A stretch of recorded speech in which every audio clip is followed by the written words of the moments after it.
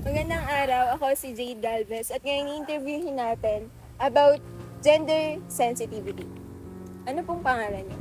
I'm Kyle Chaina C. Diego from DSIT TV, 20 years old, Ano po yung gender identity niyo po? female. Ito po yung number 1 question. Ano masasabi mo sa mga hindi pa nag-out ng tunay na sexualidad nila? Sa akin, dapat wala silang isipin sa sasabihin ng ibang tao. I-express nila kung sino yung tunay na sila. Kasi ang niloloko mo lang is sarili mo habang tinatago mo yun. So, kahit hindi ka pa matanggap ngayon, darating din naman yung araw na matatanggap ka nila. So, it takes time lang. Paano kapag nagkaanak ka ng lesbian or gay, tatanggapin mo ba? At bakit? Oo, kasi syempre, ano ko pa rin naman siya. Wala naman siyang kasalanan kung maging ganun yung nararamdaman niya. Kaya, syempre, sa akin siya nang galing. Tatanggapin mo kung sino siya at kung ano siya. Bilang isang estudyante, bakit importante para sa'yo ang pagrespeto sa bawat kasarian? Bilang tao, kailangan natin kahit babae, lalaki, kailangan respetuhin natin yung isa't isa. Syempre, kung gusto mong respetuhin ka, dapat respetuhin mo sila. Kung gaano mo ka gusto respetuhin ng isang tao. Dapat pantay-pantay lang tayo ng pagtingin kasi wala naman silang ginagawa sa atin.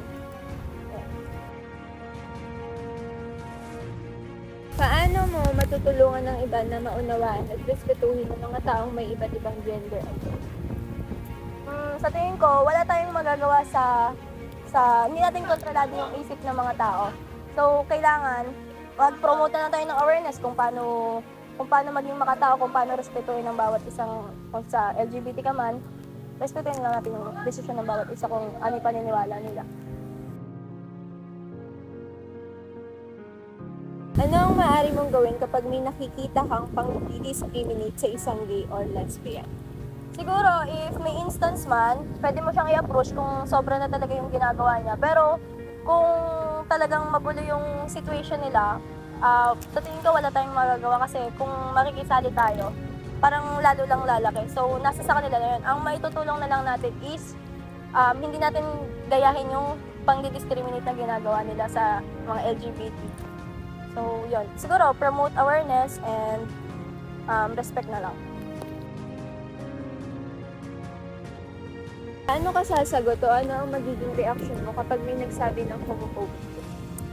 Siguro, syempre, jokes are half meant. So, meron pa rin siyang konting kirot pag magjo-joke ka. So, kailangan, sensitive ka kung ano yung mapipil ng pagjo-jokean mo. Syempre, hindi naman lahat kayang tanggapin yung biro mo. Kailangan, considerate ka sa sasabihin mo sa ibang tao. Paano ka dapat tumugon sa mga chismis na ang isang tao ay lesbian, bakla, bisexual o transgender?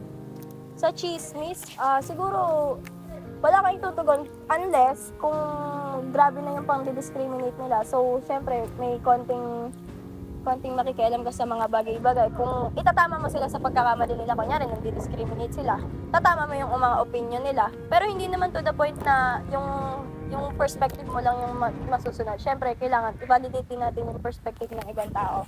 So, sa chismis, kung ano lang yung nakikita mong mali, yun lang yung pakialaman mo. And i-educate natin sila kung ano yung tamang dapat gawin regarding sa mga LGBTQ. Thank you po!